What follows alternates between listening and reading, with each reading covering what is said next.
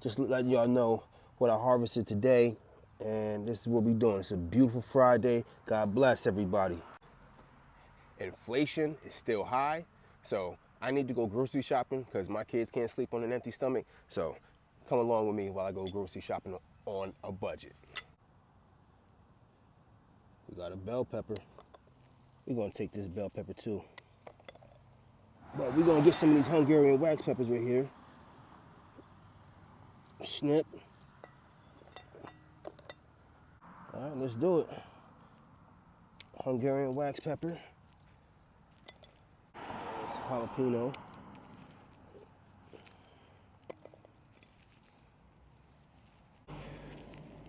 More jalapenos.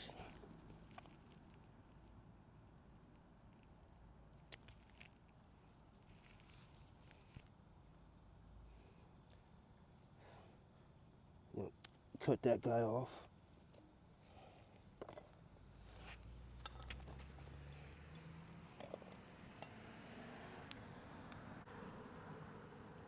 More Hungarian wax peppers. Dang, that's nice right there.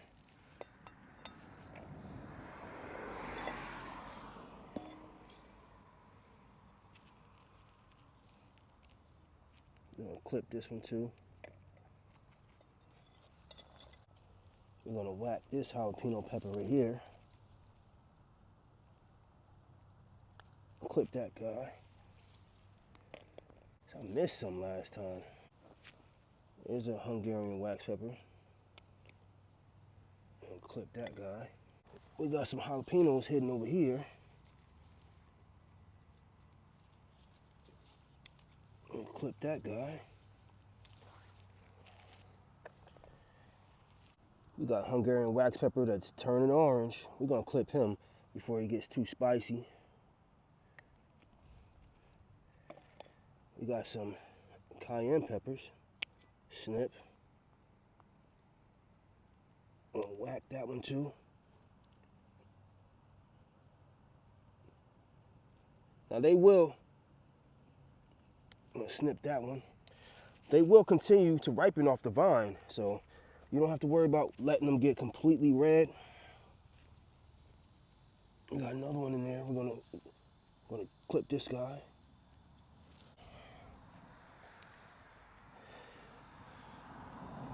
We got a couple more red ones on here that we're gonna clip. Clip that one. I'll clip that one in there.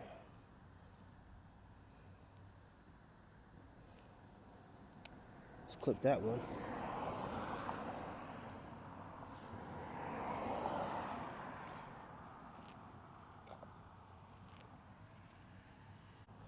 Just gonna take this one. This one's not doing much. So we want to promote more growth. We got another jalapeno. We're gonna take this one. Just pull this one right off. There we go. And we're heading to the backyard now. Let's do it. We got jalapenos back here. We're gonna clip this guy. I think we should leave these two right here. We're gonna let these two get a little bit more mature.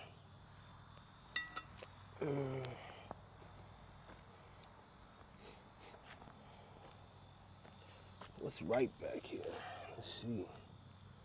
Oh man, more habaneros. That's death right there.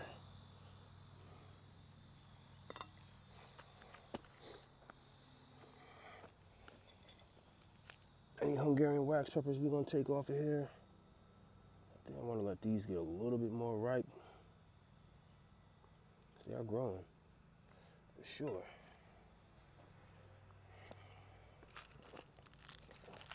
Okay. Let's clip this guy.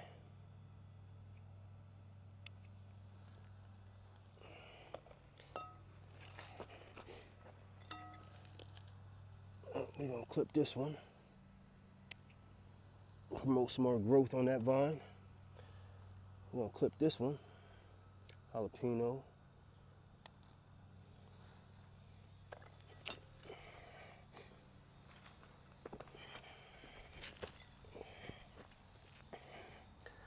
Oh yeah, we're definitely clipping some of these back here.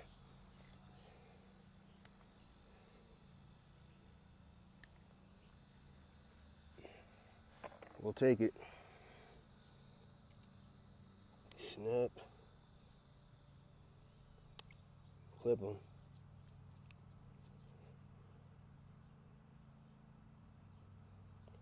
Got another one. And we'll take this one too. So we got 4 off of that one.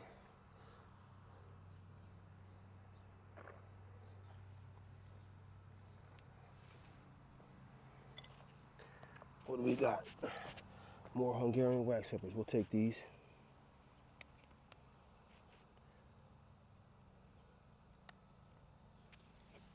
We'll take them.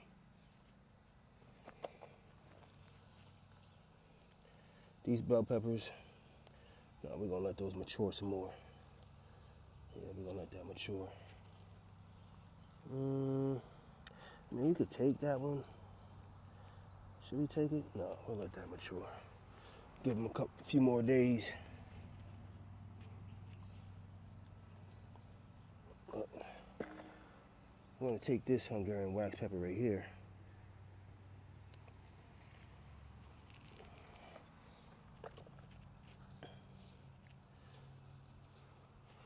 The more you take, the more it gives. I think that's enough peppers. I mean, I had more peppers, but I think that's enough for today. We'll get some tomatoes before the birds get them, right? The birds will definitely help themselves.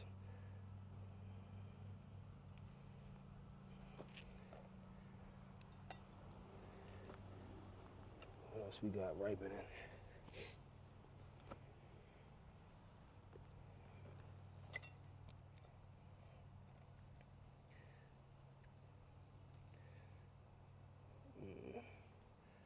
We'll take it.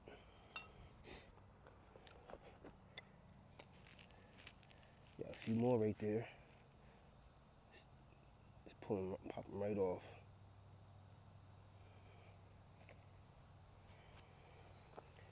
There we go. These are starting to turn, so I'm going to take all of these, and whatever is not fully ripe, we'll ripen it in the house.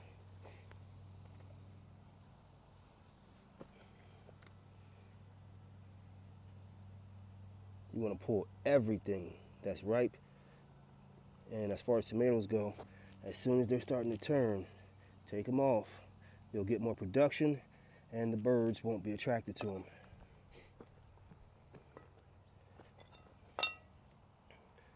See this? Starting to change color. This is starting to change color. I'm going to take it. This one, no, we're going to leave that one.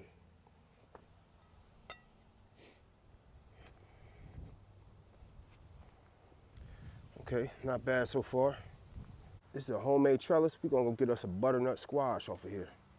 It's time to harvest my first squash off my homemade trellis. I cut down these black locust trees myself. I got this wood, the rest of this wood off of Free Cycle. I got this fencing off of Free Cycle, so it didn't cost me a dime. And these squash were volunteers from composting. And then I just moved them over here and they just grew up, and this is free food. Free. Everything you see right here is free. Everything free. So this is monumental for me. You know, my homemade trellis, free, and my free squash, volunteer. So this is like a ribbon cutting. So we're gonna, sheesh. Look at that bad boy. That's an organic squash. No pesticides, no fertilizers, nothing. Just compost. We're gonna come and get some kale and some lettuce to finish off for our meal for the day. This Merlot lettuce right here is starting to bolt, so we might as well cut it, definitely. I'm gonna chip a lot of this out of here. I'm gonna leave the whole plant. I'm gonna leave the actual plant because it's gonna go to seed and I'm gonna collect the seed. That's why I'm not cutting it from its base. But these lettuce leaves harvested around this time when the plant is starting to bolt will actually taste a bit more bitter. We want to cut all that off. Anything that's looking bad or diseased, really, you know, that can go right in the compost or right on top of the wood chip. To me, I mean, it really doesn't matter. It can go in the compost or it can actually go just, you kind of like stuff it in the wood chips if you want to. It'll break down just the same, except the worms and microorganisms that are right here will immediately jump on that and start breaking that down and eating that right away. That's the real benefit though. It's the only difference. It's not a huge difference. You can compost directly into the soil that you're growing in. It doesn't have to go in the compost bin. Now I can see some of this stuff is starting to flower right here at the top. So that's, you know, it's also how you know it's bolting. It's starting to get really high. Instead of low and bushy, it's starting to get long and lanky and high. And you, like I said, your food will be a lot more bitter. But the people that don't like the bitterness of the leafy greens, plant them during the cooler months, spring, fall. I'm definitely gonna need another bowl. I just went and got a new bowl because all the Merlot lettuce is not gonna fit in this one bowl right here. So I'm gonna separate the peppers, tomatoes from the Merlot lettuce because I'm definitely gonna need some more space.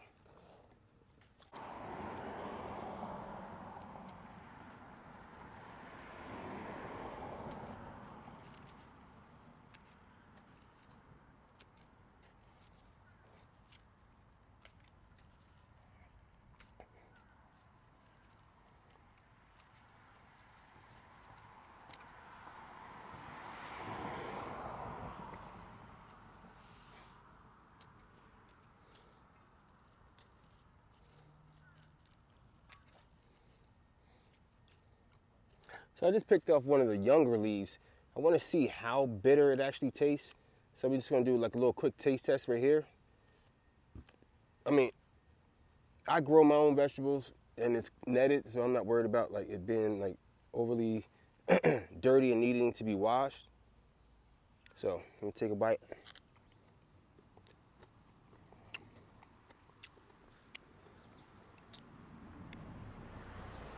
That's kind of bitter. That's bitter.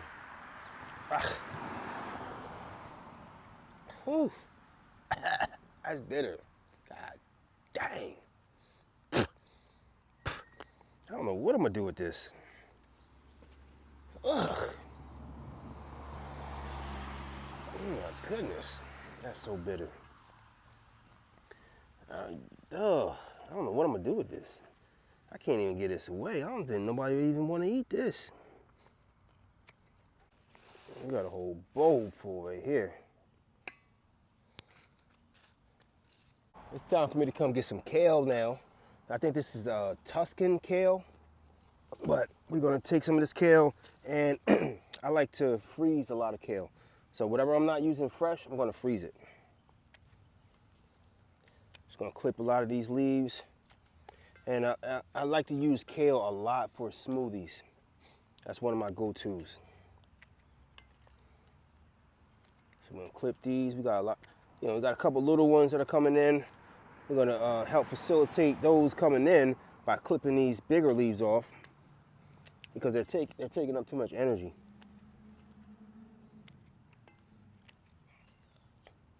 I mean, I have other types of kale, red Russian kale, curled blue vates. Kale is super hardy in this zone that I'm in.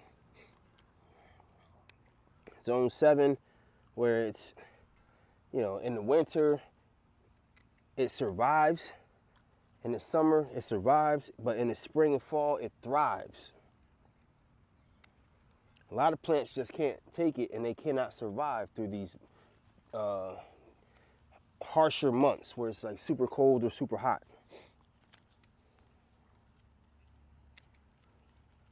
I mean, this is not the highest producing kale. There's definitely kale that produce more or more abundance, but I like to grow different varieties.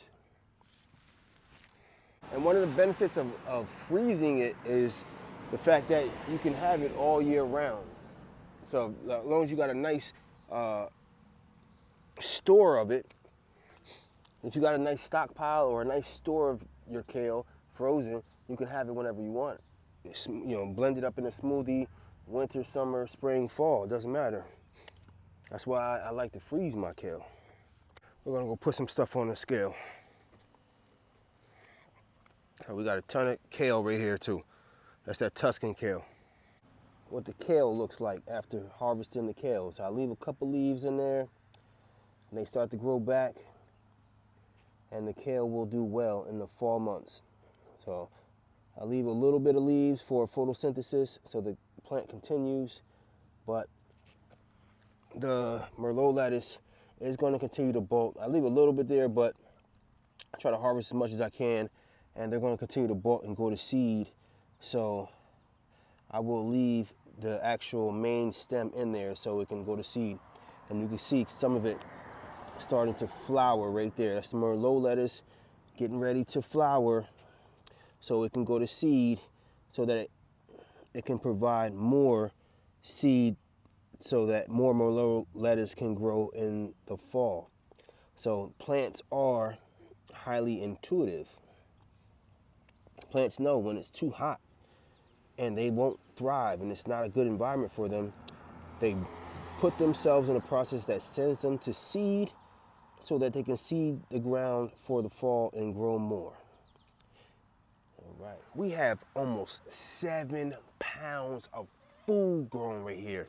We have some Merlot lettuce, we have some Tuscan kale, we have a butternut squash, we have an onion that the squirrels were digging out, so I took it out early. We have some bell peppers, we have some Hungarian wax peppers, we have some jalapeno peppers, we have some cayenne peppers, we have some cherry tomatoes. We have a lot going on here, almost 7 pounds of food that I harvested only on one day. We have a ton more food to come. We have a ton more food that we already harvested. So let's keep it growing. Tune in. Anybody has any questions, please let me know. Tap in the comments. Please follow, subscribe, all that good stuff. I'll see you soon.